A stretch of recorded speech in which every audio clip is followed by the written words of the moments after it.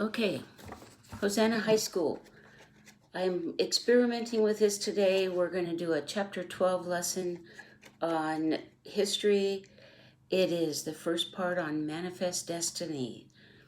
So I've tried to put it in kind of a story form and hope you can follow along.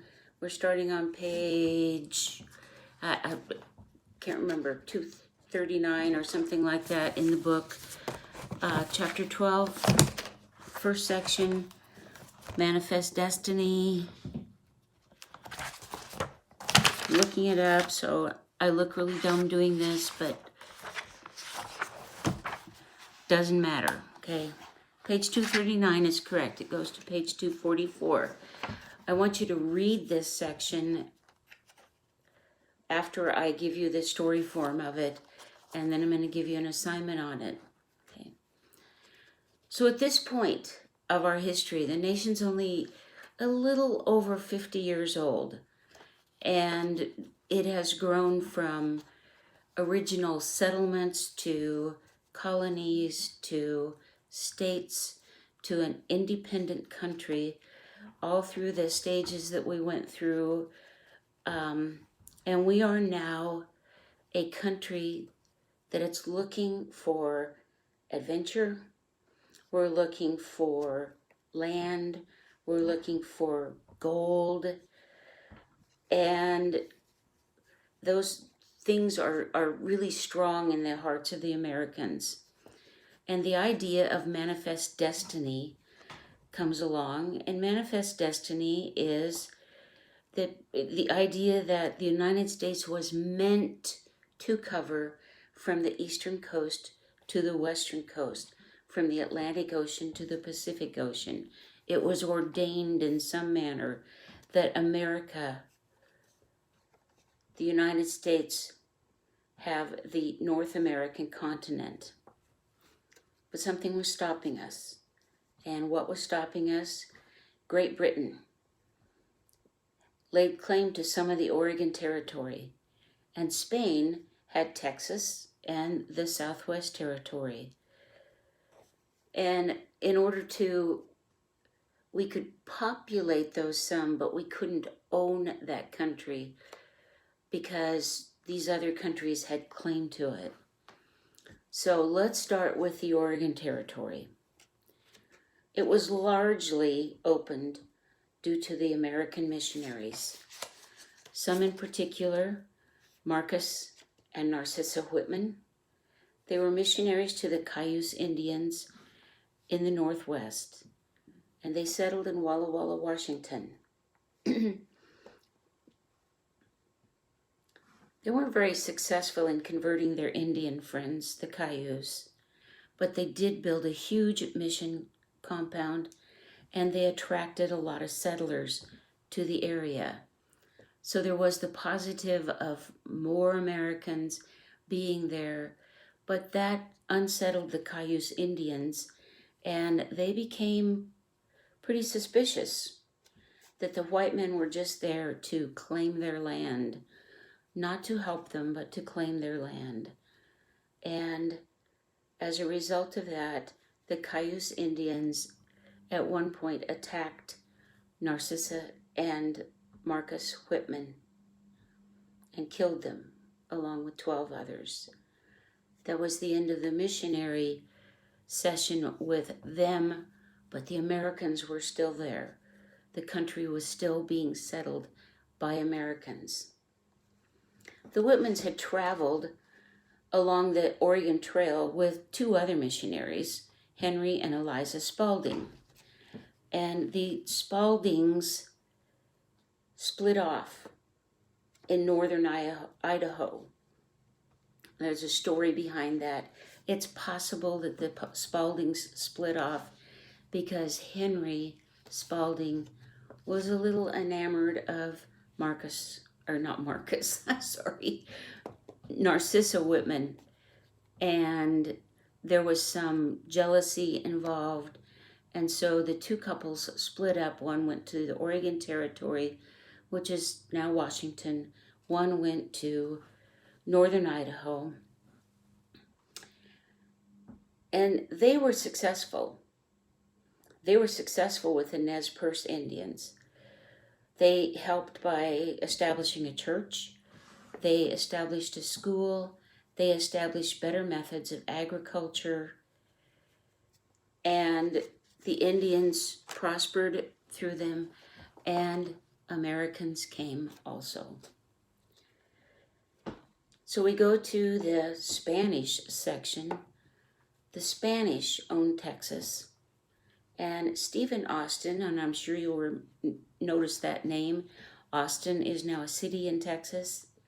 Stephen Austin led Americans to Texas with Spain's permission. But shortly after he got there with his American travelers, American settlers, Mexico overthrew the Spanish rule in Texas. Well, that creates a problem because the Americans are there with the approval of the Spanish, but they're not there with the approval of the Mexicans, and the Mexicans now have it. So Austin decided to pledge allegiance to Mexico. And when he did that, it encouraged more and more Americans to come to Texas. After there were a lot of settlers in Texas, Austin led a small group of kind of rebels that wanted to make Texas a separate state in Mexico. Mexico wasn't exactly for that. Sam Houston, on the other words, in the other hand, and Sam Houston you will recognize as Houston, Texas is named after him. Sam Houston led another group, and they proposed absolute rebellion and independence for Texas. So we have a conflict growing in Texas. Are we going to try to get away from Mexico? Are we going to try to be a state within Mexico? Well, the Mexicans, hearing about that, sent General Antonio Lopez de Santa Anna.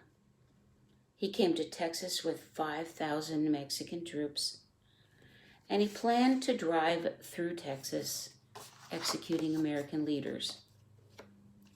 His first stop was a small place in San Antonio you're also going to recognize the name of, and that is the Alamo. Sam Houston ordered his troops to destroy the Alamo and fall back. Well, the Alamo was really a small fort. It wasn't necessarily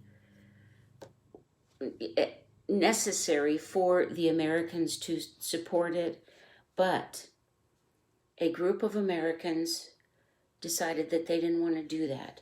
Jim Bowie and William Travis decided they wanted to hold the fort instead. They had about 189 men at the Alamo. Jim Bowie, William Travis, and Davy Crockett, another name that you'll remember, held that fort for 13 days. Between 600 and 1,500 casualties on the Mexican side, and on the American side, there were 189 casualties. Everyone in the Alamo died. Texans were annoyed with that, and they captured Santa Anna, and they forced him to sign a treaty recognizing Texas as an independent state, independence from Mexico. And at this point, I want you to make sure that you've read an excerpt on Davy Crockett on page 243 in your textbook. A 10-year stretch of Texas independence as the Republic of Texas followed. With more and more people moving west, more roads were needed. There were 3 main trails already in existence, but they were rough, they were wagon trails, there were wagon ruts, and there was lots of danger. Indians attacked. Illness. If somebody got ill in the middle of the desert, there was no place, no help for them. Many died along the trail. There were broken axles. If you broke an axle, your wagon can't go on. You're stranded on the trail. Your oxen could die. You're stranded on the trail. Anything could stop a wagon and leave them stranded. There was also the necessity to lighten the loads so oxen could continue to pull. And many people had to leave valuable furnitures and dishes and that kind of things that had been handed down for generations in their families. They had to leave them on the trail. People could have come by and collected them and probably made lots of money on them, but they also didn't have any way to carry them because this was a hard trail. The first trail we're going to talk about is the Oregon Trail.